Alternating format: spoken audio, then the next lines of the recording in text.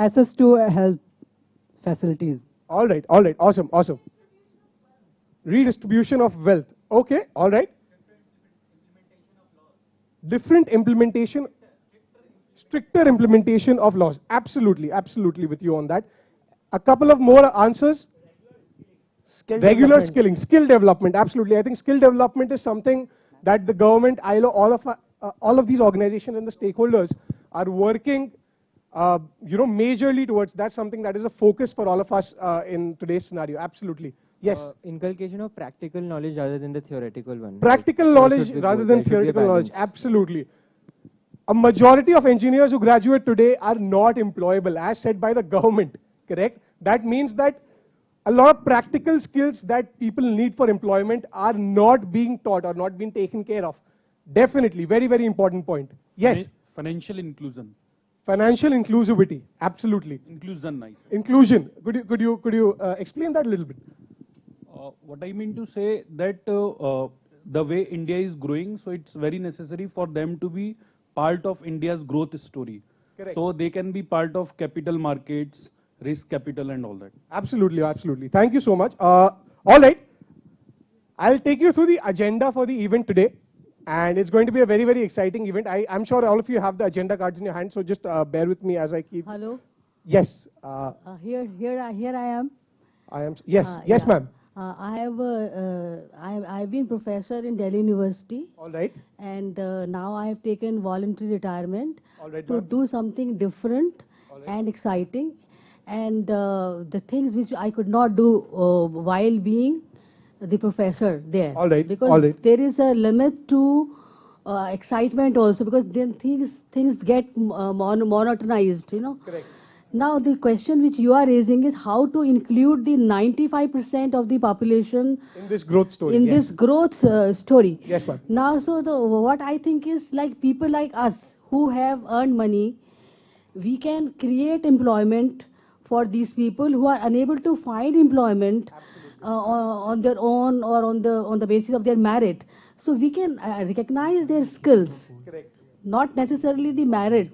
Correct. Which has become the standard yardstick in our education system, in our job system. Correct. Because we want that some people should attain certain marks, so they should look something, you know, they should have some status, they should come from some kind of family background, moneyed background. Otherwise, the question also you raised was like what kind of workplace you would like to be.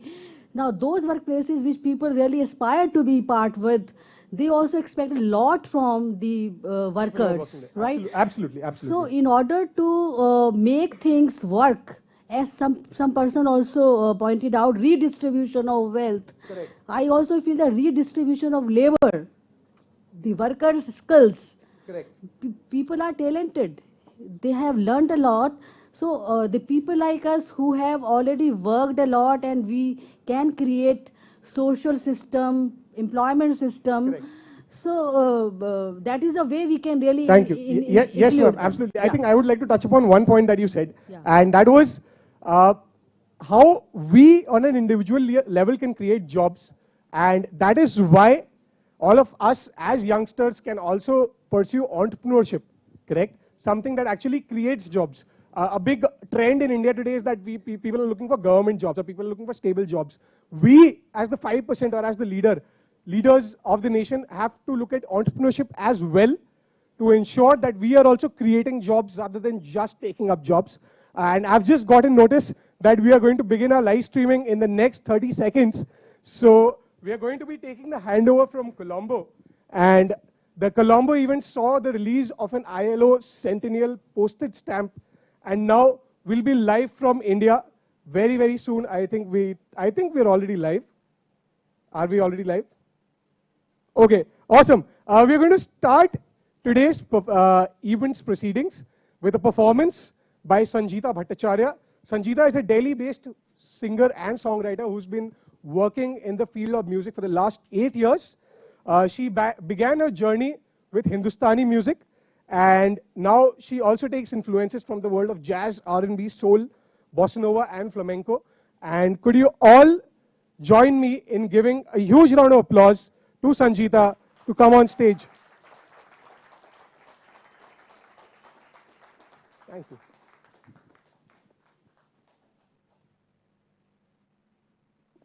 And we are live, so you have to keep cheering as much as you can. You have to show the world what we have. Yes, absolutely.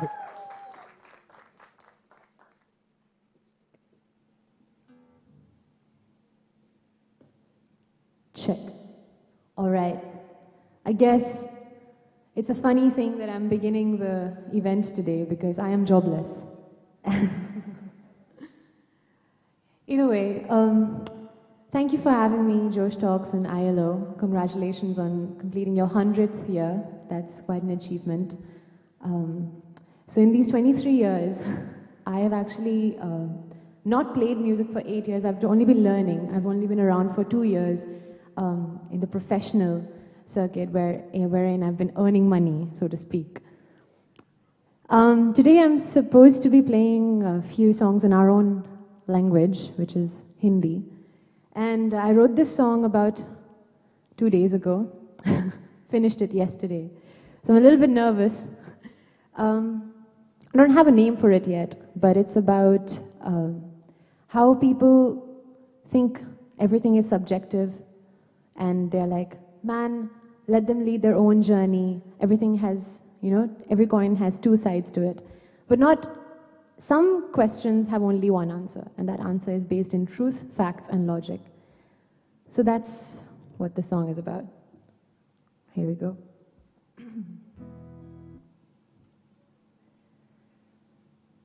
दो तरह के लोग हैं दुनिया में, एक पूछे क्यों और एक पूछे क्यों नहीं. दो तरह की आवाजें मैंने है सुनी, एक बंद पिंजरे में और एक है खुली.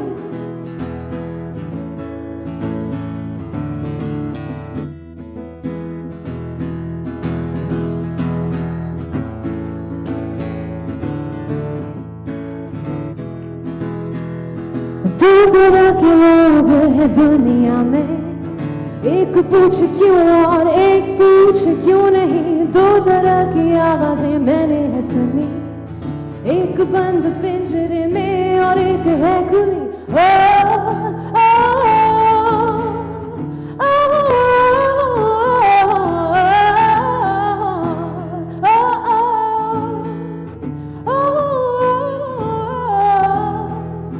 दो तरह की मुस्कुराहटों से मिली, एक जो सुकून दे दूसरा मुझे रुलाए. दो तरह की उल्फतें मैंने है चुनी, हर चीज की तफसीर मिलती है नहीं. बहुत सुना बहुत कहा, अब कहने को कुछ और ना रहा. सच से तुम भाग जाओगे, पर कितने दूर भाग पाओगे. पैसा नाम कमाओगे, पर जिंदगी में हार जाओगे.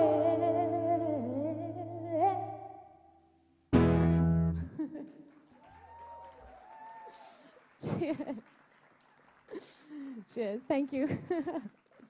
Thank you so much. This next tune that I'll be playing is derived from a book actually that I was reading last year. And it's a book called 40 Rules of Love. And I'm sure some of you, if not all of you, have heard of the poet and philosopher Rumi. Yeah? Cool. So Rumi, before he started writing poems, he was mostly known as a scholar and a philosopher. And then he made friends with a wandering dervish called Shams of Tabriz. And I fell in love with the character of Shams in the book. And this song is dedicated to the friendship between Shams and Rumi that ultimately got Shams killed. And Rumi lost half of his soul, so to speak, and then he started, Shair ban gaya. He became a poet. The song is called Shams.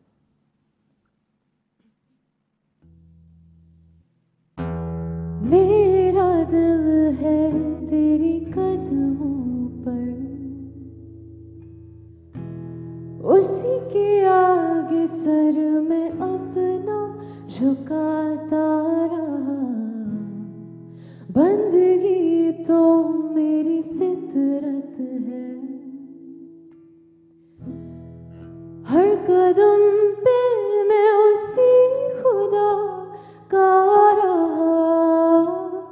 रहूं पनाह में मेरे यार की, करता रहूं रहनुमा की दुआ, शागिर्दी की तलाश में मैं क्यों भटका सारा, एक मिजाजी है हम मेरी आबरू की तरह, मन में एक ही सरगम है तेरी सरगमों की तरह, छुपाता हूँ दिल के इन खजानों को, बिखरे हुए इन सन्नाटों से, कहूँ अगर मैं कुछ तो खोता हूँ लफ्जों को अपनी ही बातों से, ढूंढता रहूं उस आईने को जो तन्हाइयों मेरे साथ मेरा, सच यही होगा अगर होगा तो, कहो इसे ना कोई ख्वाब मेरा, एक मिजाजी है हम मेरी आबरू की तरह, मन में एक ही सरगम है तेरी सरगमों की तरह।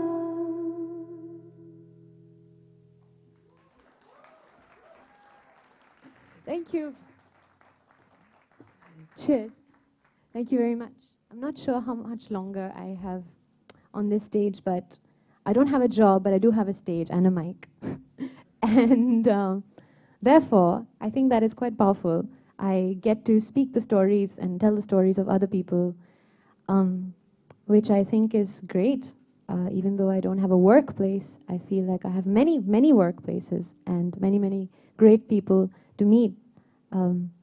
Like Daksh, is the only person that I met since morning, and of course the organizing team. Thank you so much for having me. The last song is actually a tune from this movie called Rang De Basanti. And yeah, I chose this song because it has 2 chords.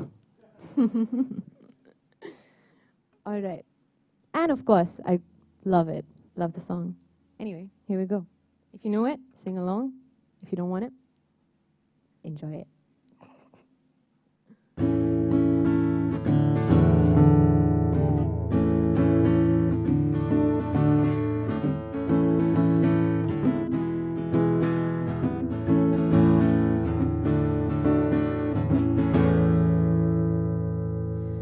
अभी अभी हुआ यकीन कि आग है मुझ में कहीं, हुई सुबह मैं जल गया, सूरज को मैं निगल गया, रूबरू रोशनी, रूबरू रोशनी, रूबरू रोशनी, रूबरू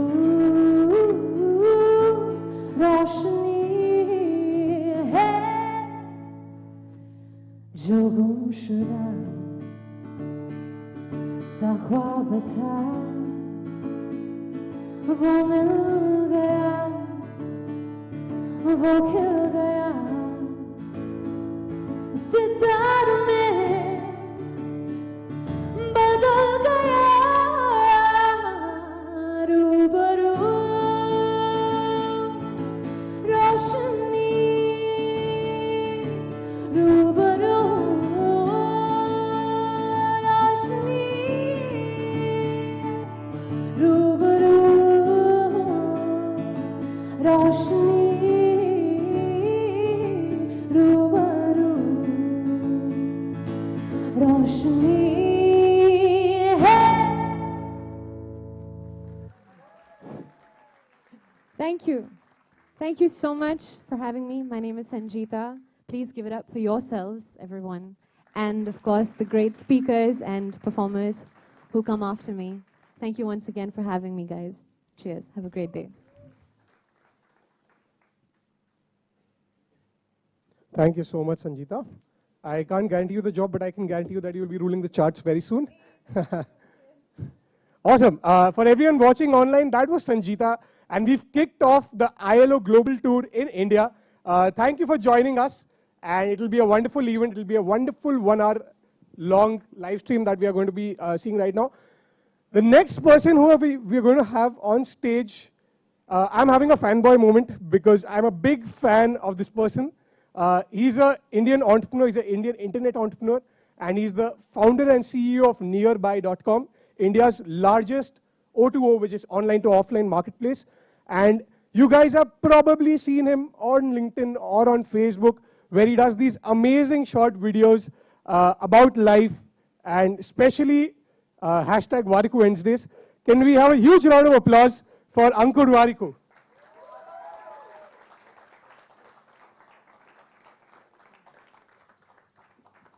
Thank you so much. It's a pleasure to be here. Congratulations, ILO, on a fantastic 100-year. I don't know how many organizations in this world can get to this feat, so it's never a small achievement. My heartiest congratulations. It's a privilege to be here. I am very fortunate to be part of what's been the tech startup journey that has hit this country in the last decade. I've seen it with close quarters. I'm an internet entrepreneur. I've been an entrepreneur now for 10 years. And I want to start with sharing how my definition of what comprises a workplace, particularly in a tech startup environment, has dramatically changed from what I thought it was when I started to where it is today. So this notion of a tech startup, when you think of the names you were throwing, Googles and Facebooks of the world, are these fancy offices where there are glass chambers and everyone's sitting on the same floor and everyone's lounging on bean bags. There is free lunch, there's a foosball table, there's table tennis, you can get your pets along, you can wear whatever you want to wear at work, you can get 20% off for doing things that you want to do on the side. You basically have a really cool life. And from a distance, it sounds like the best thing ever.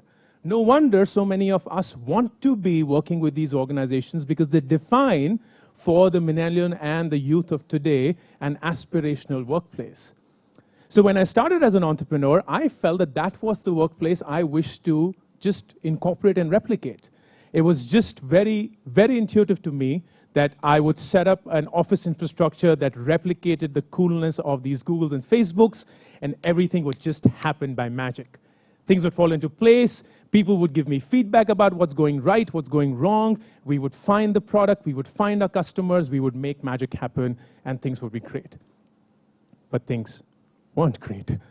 It doesn't work this way, and it took a lot of years to realize that the easy thing today is to actually raise money. The easy thing today is to start a new company. The easy thing today is to get this cool office. The easy thing today is to find these foosball tables and get them all together and have people show up in whatever they want to wear and whatnot. But the thing that has gotten harder over years, if not the hardest thing in building a company, is to build a workplace where people love to come to work. A workplace where people just want to show up and love showing up to work. And that is really hard.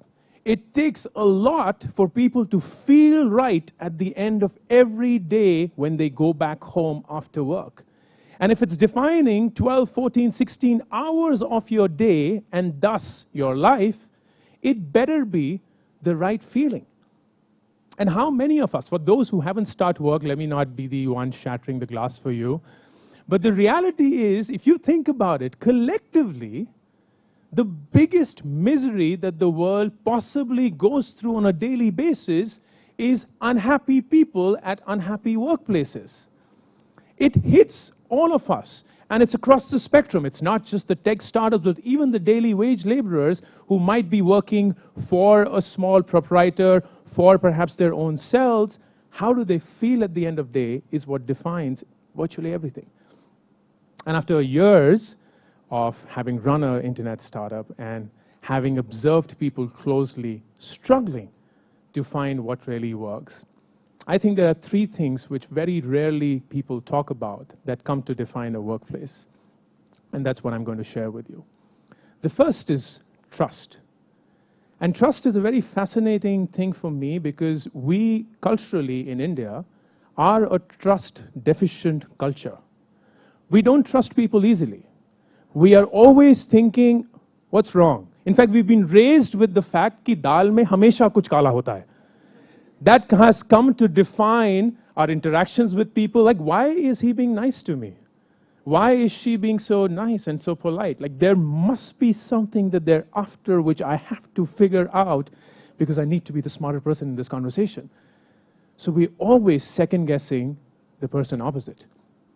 And for someone to feel right at a workplace, they need to trust the workplace. They need to trust the workplace. And here's where the definition of trust gets really confusing. Trust is not about things will never go wrong. That's not trust.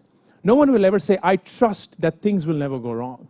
Trust instead is that even if things go wrong, I know that everything that was needed to make sure things never went wrong was done. And now that things have gone wrong, I know that everything needed to correct it will happen. That is my trust. And if you, as a participant of a workplace, do not trust the organization at this level, you will very rarely find a company where people love to come to work.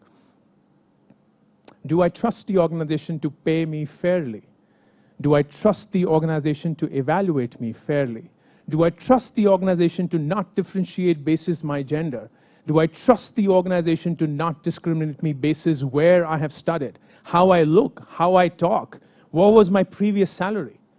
All these notions have come to define workplaces in such strong ways that it's getting harder and harder and harder for people to trust their workplaces. But trust alone does not move the needle. The second thing that I figured is critical to establishing trust is transparency. Because here's the deal with most Indian setups. We love hiding behind information. We feel powerful if we know something that the other person doesn't. And that becomes the merit for us to grow up. And organizations in some way begin to support that. They're like, oh, this group of individuals has access to this information and this group doesn't, and that's why we will create this imbalance of power. My favorite example of all times is, and it may sound like a crazy idea to you, but I asked this question, why are the salary figures of a company such a hardly shared data point? Like, why is it the most closely guarded secret that mankind has ever lived with? The amount of effort that companies spend on keeping salary data confidential is insane. And I think it's largely because companies have not figured what is the right way to compensate people. They don't have an equation. They don't have a model. It's almost like, oh, you're leaving? Can I match the salary that the other company is giving? Great, I will do that. Thank you for not leaving. But now I've created this complete gap that I need to hide. And hide and hide and hide and hide and hide and hide. What if there was complete transparency? What if no information is only accessible to a few individuals, but is accessible to everyone. So at the company that I run, which is nearby.com, we built something which I think has had the best impact on creating transparency. We have an anonymous form, and we call it something that I can't share on live screen across 24 countries, but let's say it's called something. And we say that whenever you see something happening in the organization that makes you go, what the is happening? Fill in this form and just ask. Ask. But here's the beauty. It's anonymous, so you never worried about reprimand. You worried about, oh my God, I will be the one asking, so thus someone will start to completely mess with my career. No. And I, as the CEO, am supposed to respond. And the question and my response are public for everyone to see. And when you do this small exercise, you begin to see unbelievable impact on how people perceive transparency and thus establish trust in an organization. Because now they know what is bullshit and what is not. Now they know what is cool and what is not. Now they know what is acceptable and is not. And there is nothing that is hidden from anyone for any reason. Everyone has the same information. Everyone knows everything that's going in the company. And now there will be no power equation that's defined by what someone knows and what doesn't. Which brings me to the last point, and perhaps the hardest thing to do when you're building an organization where people love to come to work. And that is acknowledgement. Of course, I'm blessed with the fact that we are only, well, I shouldn't say only, but we're about 400 odd people. And of course, there are companies which have thousands of people. I don't even know how they manage that. But with 400 people, what I definitely knew was these individuals are not data points on an Excel sheet. They are living humans. They live and breathe, they have emotions, they have expectations, and they need to be heard. And if I, as the CEO, don't set the protocol and the culture for a place where people are heard for who they are and what they wish to express, then I will fail in my job as the CEO. And there are several initiatives within the company that fulfill that. My favorite one is I have lunch with a colleague every day. And that's just simple. In fact, I've spoken so much about it in ways that it has come to define me as an individual, as a parent, as a husband, as someone outside of my foundership.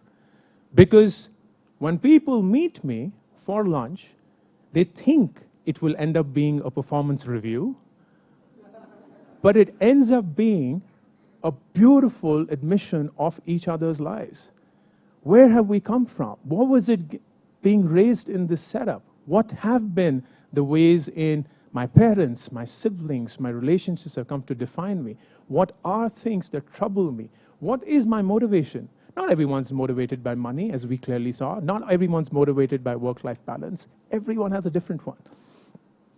And that acknowledgement begins to then transfer into how they feel about themselves. Because for the first time, someone in their workplace is having a conversation that goes beyond work, that goes beyond who they are professionally and delves into who they are personally, because that will ultimately define who they become as professionals.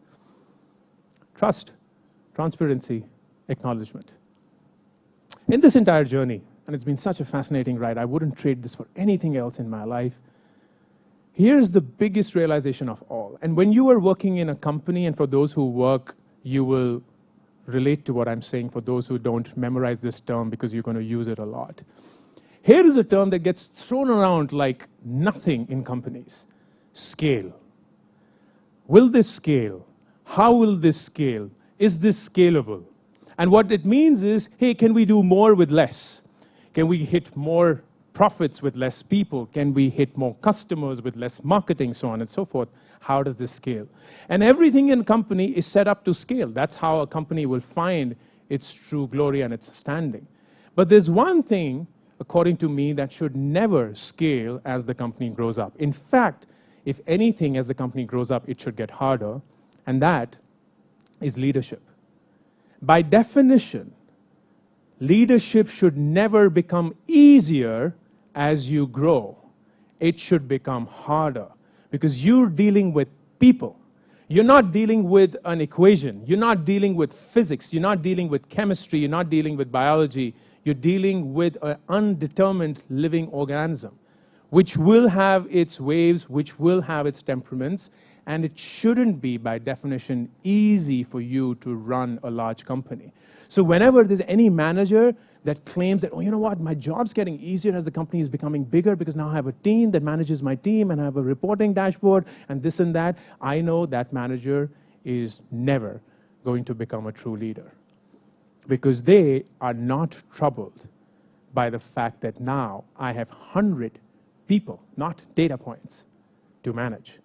And thus, if I don't play around with these 100 in a way that makes them feel great about showing up at work, I am completely destined for failure and nothing else.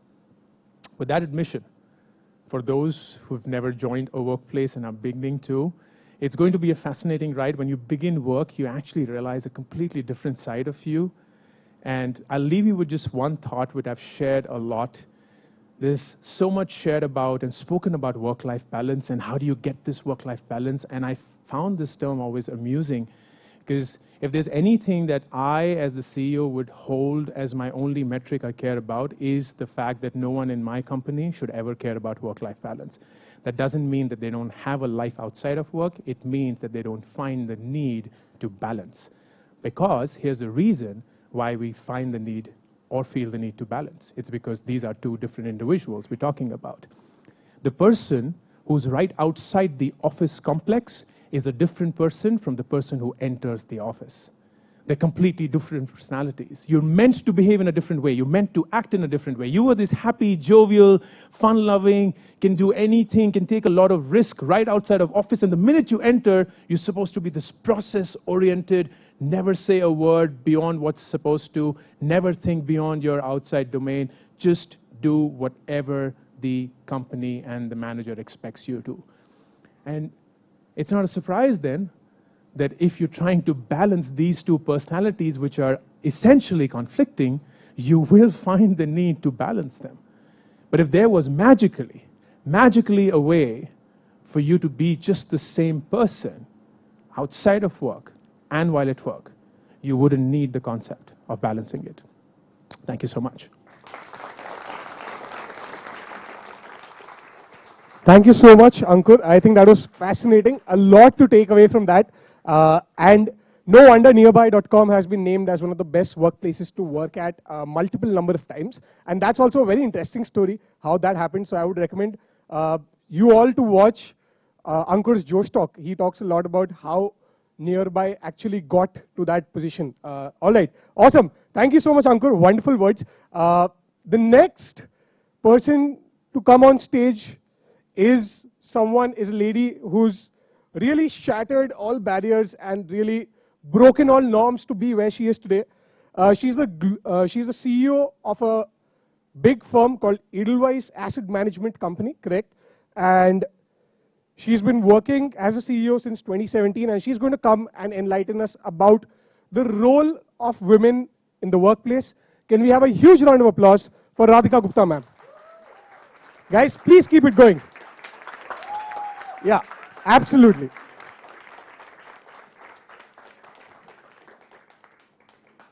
Good morning. So the story I want to tell you today has its roots in Muzaffarnagar. Where is Muzaffarnagar? Good guess. So to take your point, if you go across the UP border from Delhi, 40 kilometers later you hit Ghaziabad. 80 is Meerut, about 130 is Muzaffarnagar. And even though the distance between Delhi and Muzaffarnagar is about 130 kilometers, in many aspects, Muzaffarnagar is years and years behind. When I was growing up, I was about 7 or 8, my great-grandmother would give me and my brothers some life advice, ke bade hoke kya banna hai types. And she would tell my brothers, कि परिवार की जिम्मेदारी तुम पे है. You have to earn because you have to provide for the family one day. And to me and my sisters, the advice was like, बड़े होके सबका ख्याल रखना है. You have to build a beautiful home, take care of your family, that kind of nice stuff.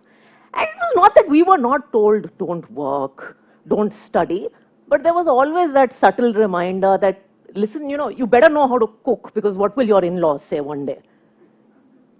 And the funny thing is, this story, and some of you are smiling, this is not unique to Muzaffarnagar or UP or Bihar.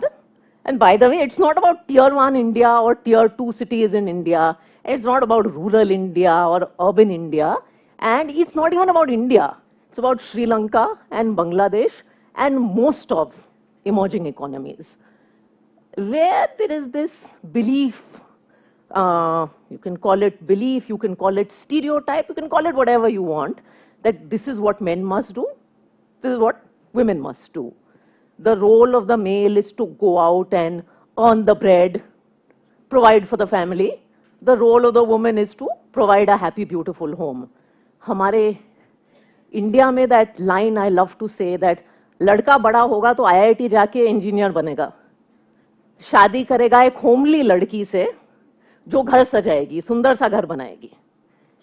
And for years, feminists in India and around the world have been fighting this battle that, you know, we need to change the male stereotype.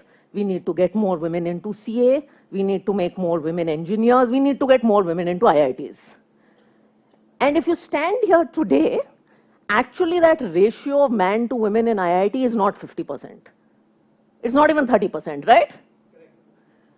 What I'm here to tell you is that now this is not such bad news. Actually, going forward, it may be good news. Because what you classically called feminine traits are actually the traits that the workplace of the future needs. And I didn't say female traits, I said feminine traits, because feminine can be the prerogative of a man and a woman. So let me start with a normal day, at least in my house. मेरे पापा government servant थे, and I remember he would wake up in the morning, eat breakfast, go to work, come home, watch TV, have dinner, and go to sleep. My mother was a school teacher.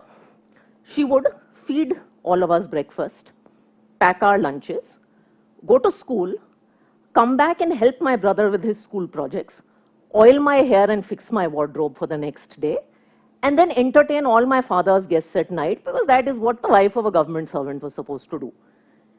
In effect, mom was that empathetic leader who was making sure that every member of her team was prepared to be their best every day.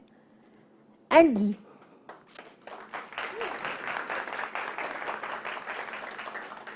as we think this, you know, leading business publications like Forbes, they write about how you have to lead from the heart. It's not about the smart man at the top anymore.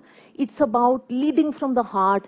It's about balancing different people in the organizations, knowing when to, you know, give a little bit of a stick, knowing when to give a little bit of a smile.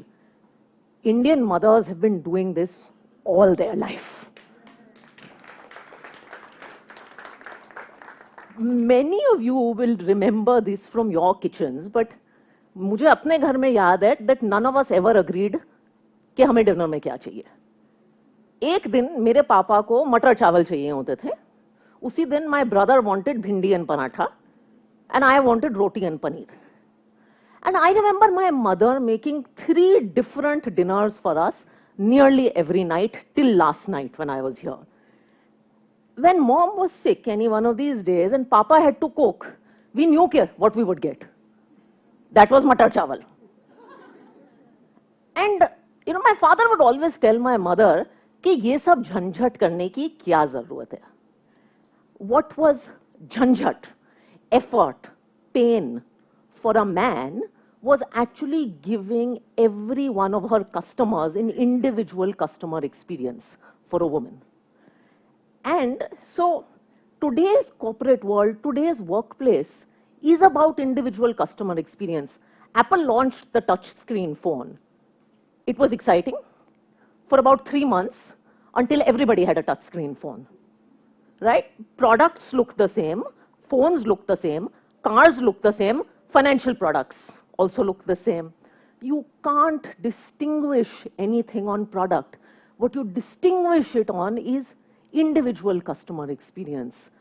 When a mother asks 3 members of her family, "Khana kaisa tha?" How was the food? She learned individual customer experience at the dining table. I lived in a country called Nigeria. I don't know if any of you know about Nigeria, but Nigeria is a grossly unsafe country. Robberies are fairly common. तो एक दिन हमारे घर में चोरी हुई, कुछ 2 लाख चोरी हुए, and we found that this was 2 lakhs that were stolen because they were left in the cupboard. And we were wondering who keeps 2 lakhs at home in a country like Nigeria. We found out that this was the money that my mother had saved up from the monthly spending budget that my father had given her. And because you can't open bank accounts in Nigeria, she hid it in a cupboard. Now, the rest of this country eventually realized that the collective savings of Indian women, what we called Gupt Dhan in UP, was actually much larger than 2 lakhs. When did we realize this? Demonetization. Now, what is the point I am making? I come from the corporate world where we are talking about adaptability, managing within limited budgets. Indian women have been managing to the best of their ability within limited budgets, yet saving up something for the rainy day, and they have been doing it without cost budgeting meetings, resource optimization discussions, MIS systems, and Excel spreadsheets. And you know, I can tell thousands of such stories, and so can you, because this is our reality. We all have these stories. But it is when a society as a whole realizes the power of these stories and the power of this skill set that the impact is actually large. So, Meri Saas, my mother-in-law, comes from Bangalore. And about 25 years ago, a young girl, 15-year-old girl called Nat, had come to her. Nat came from Bangalore, a family of 5, and she had studied till 4th standard in a Kannada medium school. The family fell on hard circumstances, so they sent the daughter to Mumbai to become maids. Nat stayed with my mother-in-law. She learned how to cook. She learned some English. She learned how to play Monopoly with my husband also. And at some point when my mother-in-law's sister went overseas, Nat went overseas and learned how to manage herself there. 9 years ago, I went to Nat's wedding in Mumbai, where 1,000 people had attended, which she had funded. And today, Nat lives in Mumbai with 3 of her children, 2 of whom are girls, all going to English medium schools. You know, this shift of a girl who went and finished 4th from a Kannada medium school to a woman whose daughters are going to an English medium school, it's an orbit shift in India. It is someone who has gone from one strata of society to a completely different strata of society. And why has it happened? It's happened not just because Nat came from a supportive family. She did. But she also came from a community that knew it was important to leverage the power of its women and actually created an infrastructure that helped women like Nat do that, even if it meant that the men stayed at home to do that. And it's not about Nat. Jab ek Nat acha karti hai, she becomes a role model for women in Bangalore. She becomes a home base in Bombay for 3 more girls from her village or community. She becomes an educated mother that will have educated children, and that cycle goes on and on. And we have many such examples. We have them in Kerala, we have them in Northeast, and if you all sit and recollect, you will think of many such examples. Now, I'm a financial services CEO. Why am I interested in this topic? Why am I here? Let me tell you why. I'm here because in a country like India, double-digit GDP growth is a crying necessity if we have to meet the job aspirations of young India, and some of you here are that young India. Double-digit GDP growth is a need. And the funny irony is that despite anecdotal, statistical, empirical evidence, leveraging the power of 50% of our population is limited to a few societies and a few pockets. You may know the numbers, but 27% of our women participate in the workforce, 75% of our men do. If you take that 27% number up by 10%, you add $700 billion to GDP. That's about 1.5% of GDP. That's a big number. And so what I would say is, stop worrying about कितने लोग IIT में जाएंगे और कितने IIT हमें खोलने हैं, and start thinking about leveraging the power of people who have all the skills for the future.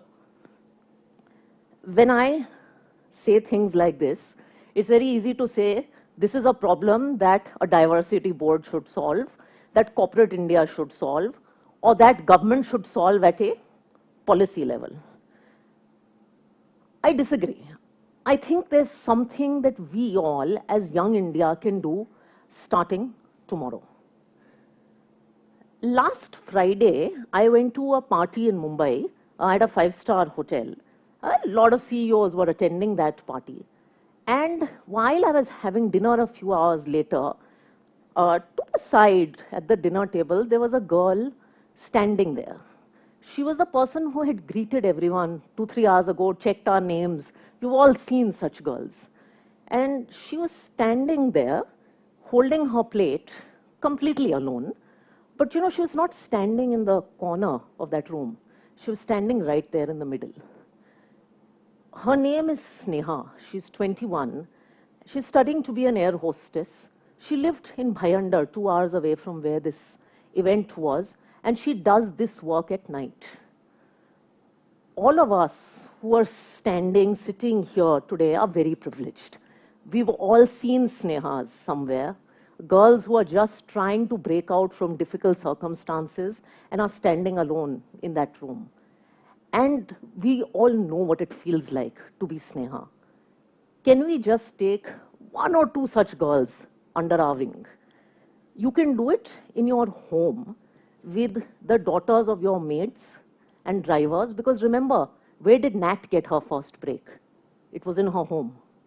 You can do it in your society, because you'll meet a Sneha in your neighborhood, you'll meet a Sneha in your community. And you can definitely do it in the workplace, when you meet a colleague from a less privileged background, someone who looks a little scared, a little tentative in that office. It's very easy for young India to say that this problem must be solved by a minister or by a CEO. I just want to tell you one thing that I learned from talking to Sneha, and it is that Sneha will never have access to that minister in a government office, and she will never have access to that CEO in an ivory tower. For Sneha, for Nat, for Priyanka, for Yamini, for Isreen, for Toral, for Vijaya, for Kamla, for Mary, for 500 million Indian women, you can be that minister and you can be that CEO. Thank you. Thank you so much, ma'am. I think that was an extremely inspiring message, and that goes on to show how all of us can lead the change instead of waiting for the change to happen. And that's the most important part of being the youth today, that we can do things nobody has ever thought or dreamt of. Thank you so much, ma'am. Very, very inspiring. Who we have on stage next is someone all the youngsters in the room have definitely seen online or on Amazon Prime. She's one of India's first stand-up comedians. She's an improv artist, and she started her career with The Week That Wasn't, and now she's all over YouTube with her amazing sketches. And I have the honor to be sitting down with her for an interview. Can we have a huge round of applause for Kaniz Surka?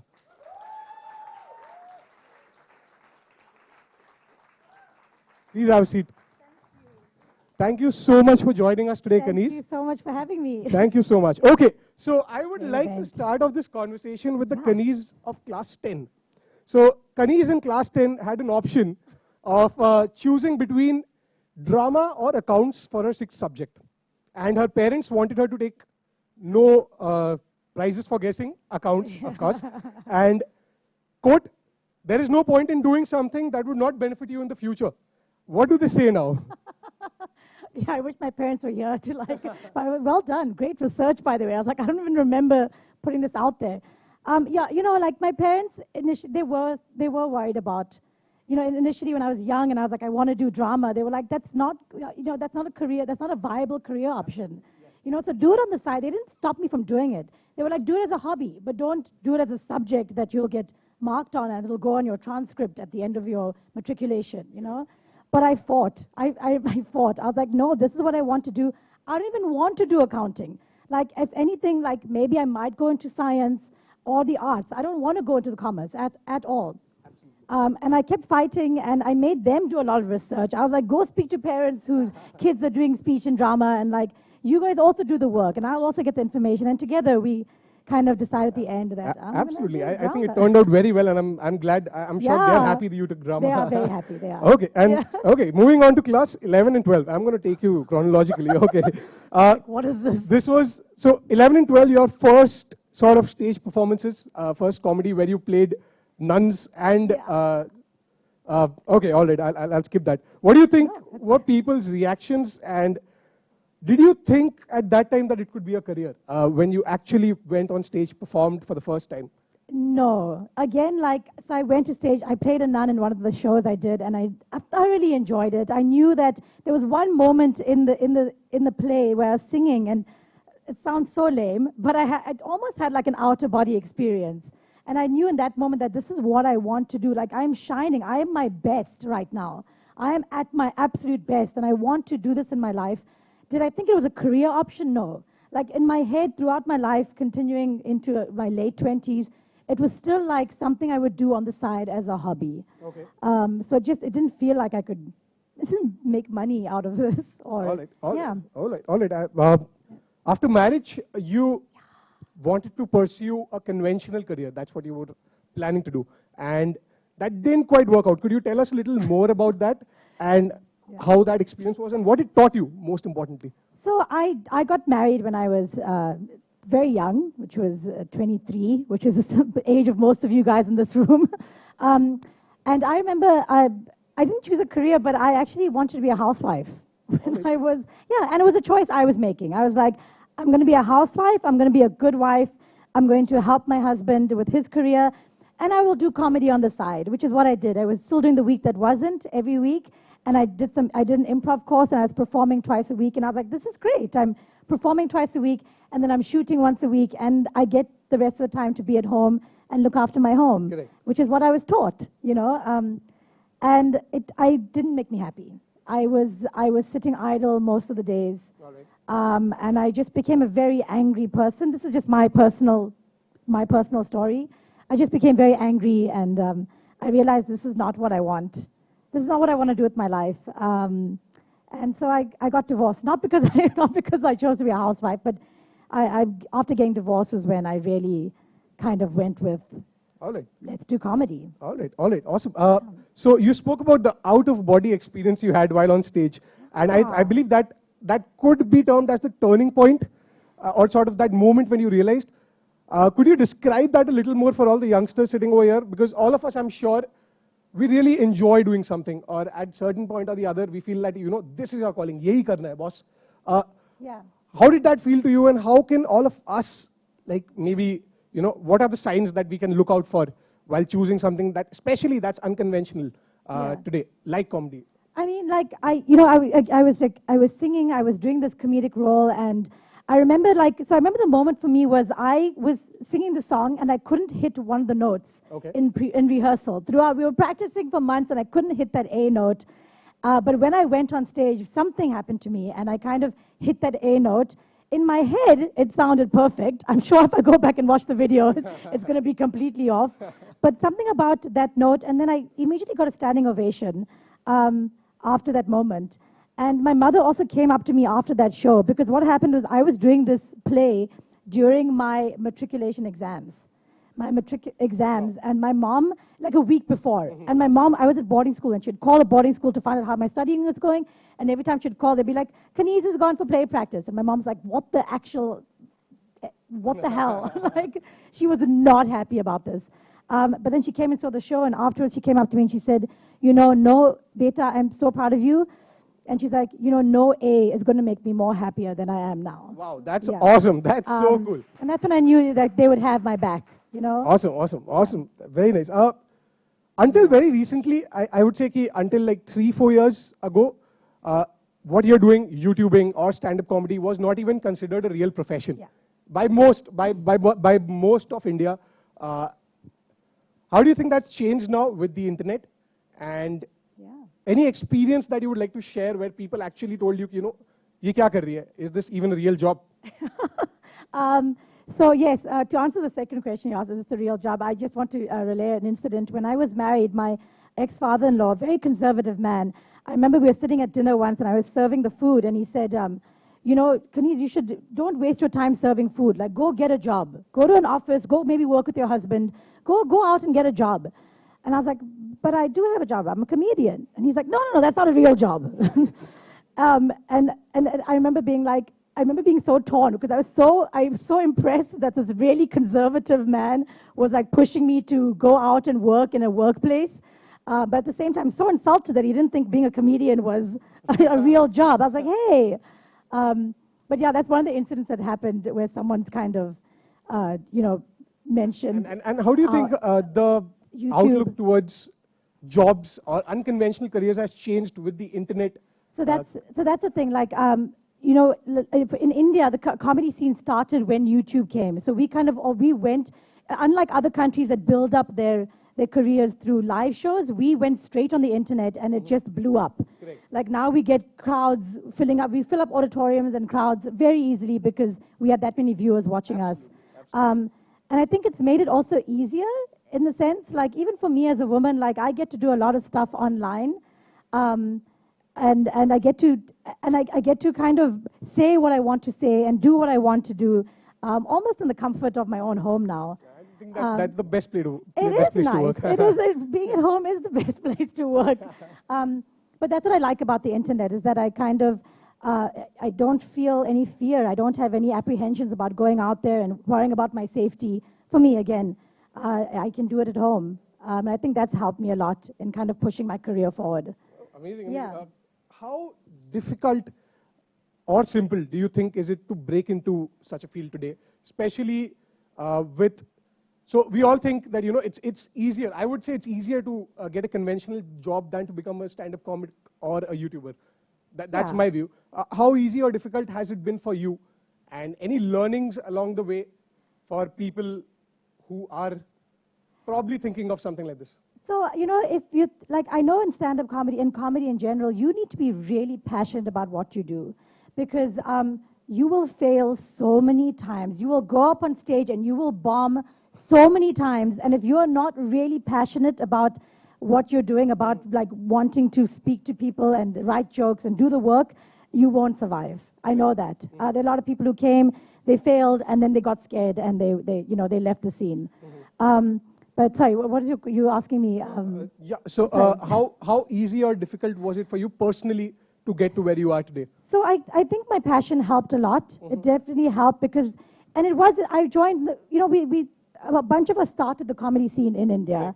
And so I think in a way for me, we were all navigating through this. Like we didn't really have any mentors or any industry or setup that was, or any system that was set up before us. So we were kind of making it up along as we went along. That must have been an advantage, I'm sure. I think it was an advantage. It was an advantage because there was no expectations. There was no like, you need to be like this. Whatever we were doing, everyone was like, we were doing new things. Every time we did something, they would be like, oh, that's something new. So I think it was easier for me. I think it is maybe slightly harder now that that the industry is established a little bit more.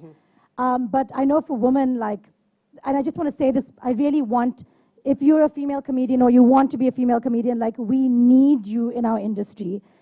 We need you because we want to normalize the gender gaps. You want to just normalize that, women can be funny, which is something we're constantly fighting.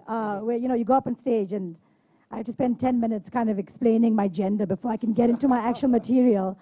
But yeah, just if you are a woman and you want to do comedy, there's enough support for you out there, and we will be there to support you because there's so few of us. Also, men. I mean, I'm not just saying women. I'm just saying that whoever wants to be a comedian, we're a small knit community, and we will be there to support you. Your biggest learning for all the people in the audience in all of these years, what has been your biggest learning about work, or how all of us as youngsters stepping into the field of work, how should we be treating our work, or how should we go about it? Your message, learning. My combined. message, my learning. Is this the last question? Is that what No, you no, end? no, no, no. I've got a lot more, by I the was way. like, okay, then I won't do the big finale. No. I think my big learning for me was following the fear. That's a big thing. I remember my dad told me once. He said, when you in life, when you come to a crossroad, always take the path that is more difficult. And I was like, that sounds ridiculous. Why would I go through the difficult part? But now I've learned to interpret it where when I'm at a crossroad, the path that scares me the most, I take it. And 9 out of 10 times, it has been magical for me. Whether it's moving from South Africa to India, that was a decision I made that really scared me. Whether it was choosing to get married, choosing to get divorced, whether it was choosing to do comedy, and another choice, all the choices that I continue making, like as soon as I identify that a path scares me, I'm like, damn it, I have to go down that path. And it's worked, it's done wonders for me. So that would be, that's my big learning from For the uninitiated, following the fear. Kaniz is actually, so she's born and brought up in South Africa, and she comes from a town which did not even have a movie theater. Yeah, where correct? Nelson Mandela was born. Yeah. So Not- that makes any difference to anyone. And from there, from the Kaniz who was there to someone who's entertaining the Indian audiences at large today, how's it been? Okay, this can be kind of the finale question. How's it been? It was coming out as an outsider. I mean, I'm always an outsider. I know a lot of people give me a lot of, they hate. I get a lot of hate for my accent because they think it's fake, or they're like, who are you to tell us what it's like being in India? But I've been here for 15 years, and I know what it's like. And like I said, because I started earlier, I have managed to break through that. But yeah, sometimes I do feel like an outsider, but at the same time, like Bombay is my home. I mean, India is my home now, and I know what's happening in India right now, and I really enjoy doing comedy about what we go through as a woman, as a comedian, as people, and as a youth in India. I really love talking about that and going up on stage and addressing audiences. Fantastic. And making jokes. Yeah. All right. Some of the comments, good and bad, that you've gotten from your viewers, you can select, say, for example, your top 3 or something. So I remember one of the comments I remember one lady came up to me after stand-up set and said, for a woman, your comedy is very crass. Like it's too edgy, it's too bold. Just tone it down a little bit. You're funny, but tone it down a little bit. And I was like, thanks, Mom. No, it wasn't my it was this lady. I was like, okay. Another comment I remember, I remember getting this really random comment. This guy was like, you're really funny, but if you lost some weight, you would be pretty, and then you'd be pretty and funny. And I was like, that is not what I'm going for. Why are my looks coming into this at all? So these are the two funny. And then you get the normal hate, like women are not funny. Get off the video. Why is she there? All of that stuff. And then I get nice ones, like your comedy makes me happy. But these are the two I remember where I was just like, I didn't know if I was, they weren't like being outright, trolls, but it made me laugh. Okay. So a lot of parents are probably watching us online as well as over here. And I'm sure, being young myself, I think one message would you like to give to these parents about choosing, if their kids were to choose an unconventional career today, say for example, anything. I mean, you don't have to be.